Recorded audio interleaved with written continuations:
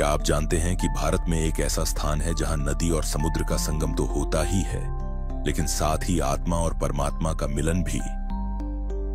जहां गंगा, जो स्वर्ग से उतरी थी, अपनी धरती की अंतिम यात्रा पूरी करती है और वहीं उन्हें सागर में समर्पित किया जाता है। इस पवित्र स्थान को हम गंगा सागर के नाम से जानते हैं।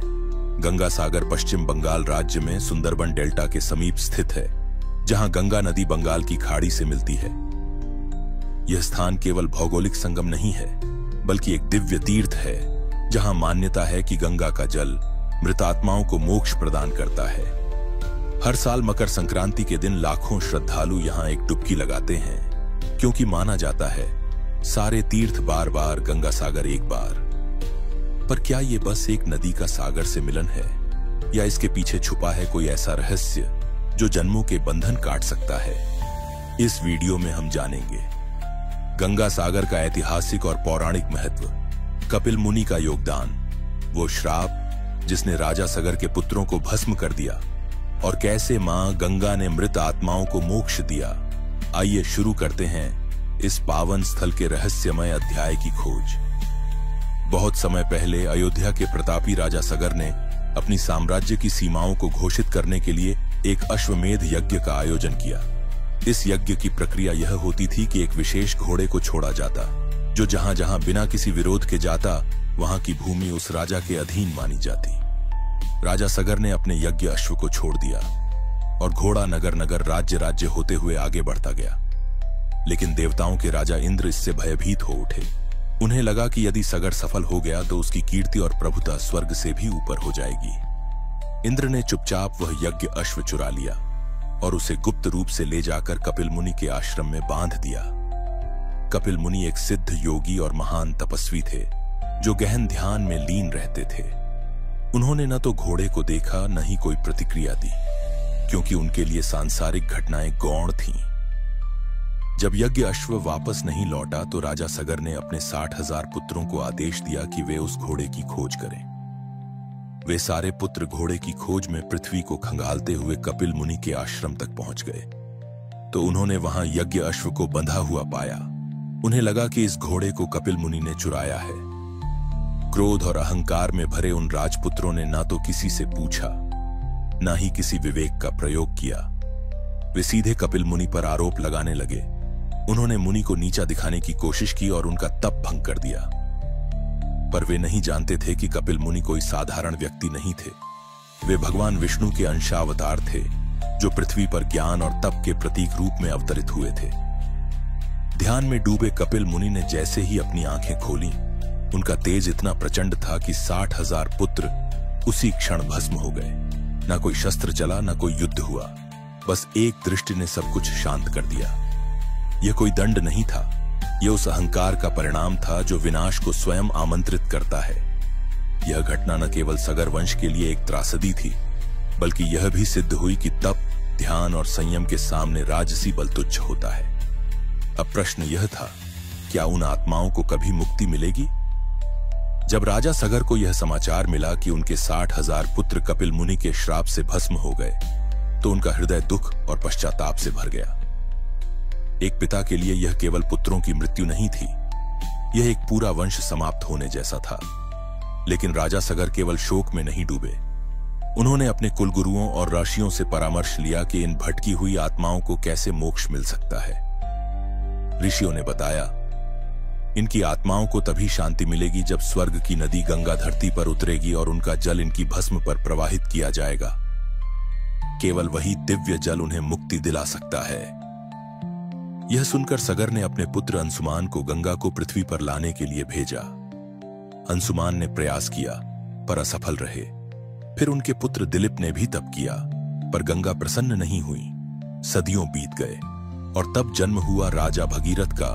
राजा भगीरथ ने यह निश्चय किया कि वे किसी भी कीमत पर गंगा को पृथ्वी पर अवतरित कराकर अपने पूर्वजों को मोक्ष दिलाकर ही दम लेंगे। उन्होंने अपने तप को और भी कठोर बना दिया। वर्षों तक उन्होंने हिमालय की गुफाओं में बैठकर भगवान शिव और भगवान विष्णु दोनों की तपस्या की। उन्होंने विष्णु से प्रार्थना की, क्योंकि गंगा देवी का मूल स्थान वैकुंठ था, जहां वे विष्णुपदी के रूप में बहती थीं, श्री हरि के चरणों से उत्पन्न हुई थीं। भगवान विष्णु ने उनकी भक्ति से प्रसन्न होकर गंगा को धरती पर उतरने की अनुमति दे दी।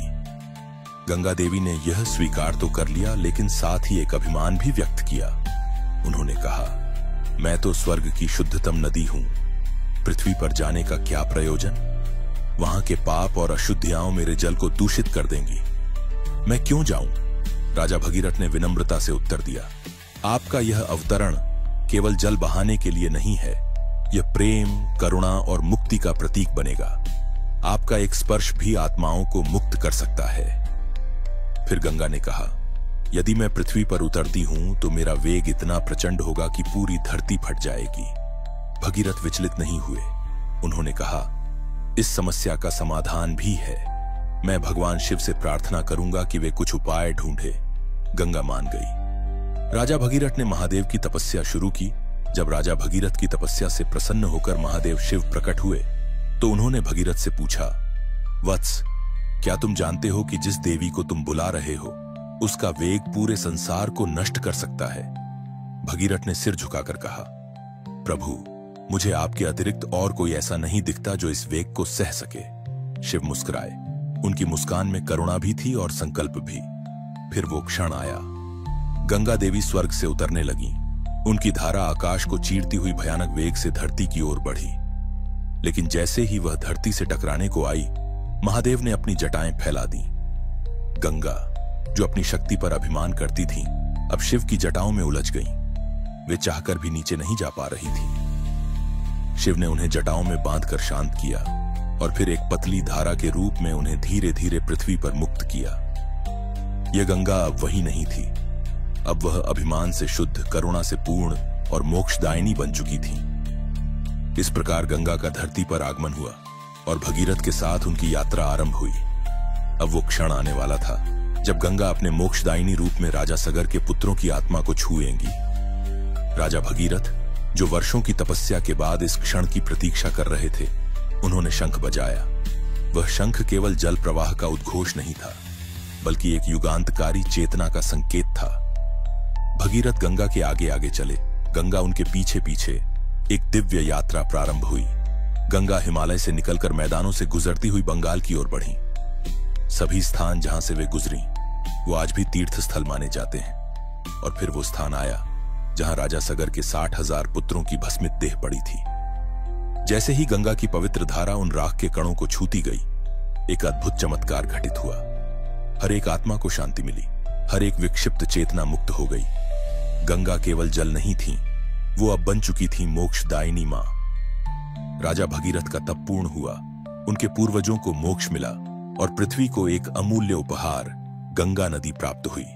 वही स्थान जहां ये संगम हुआ, आज हम उसे गंगा सागर के नाम से जानते हैं। गंगा सागर वह पावन स्थल है जहां गंगा मां ने राजा सगर के 60,000 पुत्रों को मोक्ष प्रदान किया था।